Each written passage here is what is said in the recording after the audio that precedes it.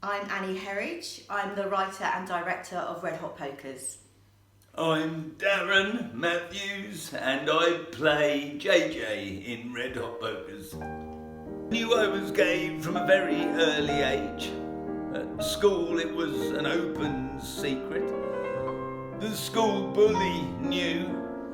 People would often say, "Oh, fuck the school bully."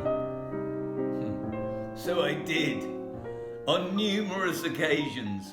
Just not long finished doing my masters at St Martin's in writing, and I was starting to make, my plays were starting to get noticed in London, and I had a few plays that still weren't taking time to get somewhere, and I was working with the head artistic director of the Lighthouse, Stephen Rentmore, and he said to me, "For God's sake, Annie, write something else, because otherwise you're going to feel like frustrated." And then I was at my friend's house. He was suffering from cancer, and we always chatted. I went over every week, and he'd just tell me about his, I would bake for him, and I was just looking after him.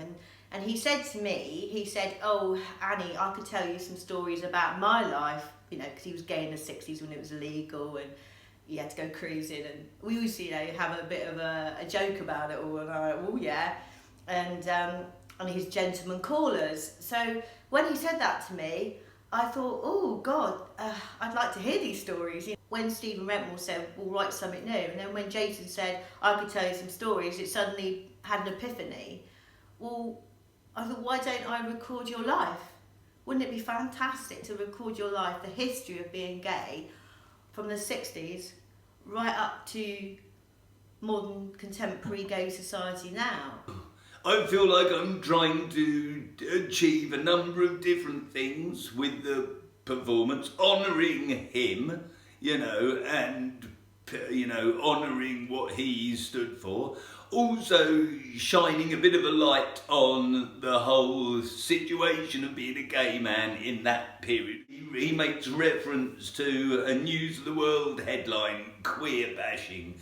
I remember seeing headlines like that in the newspaper. I would record his life about his mother, who was pretty hateful to him because he was gay, who rejected him, who couldn't stand him because he was gay, and tried to put him through aversion therapy. And then but also juxtapose it with his fight against cancer, which was another imposter, another form saying to him, "You know what, you've no right to exist." What I want to do is make it entertaining and amusing and for an audience. One of the things that you touched on, which I really love, is that every time there's a down, it's immediately followed by a kind of JJ saying, "Right, come on, I'm going to have a go at this." Obviously, his gay situation is very, very relevant to his story, but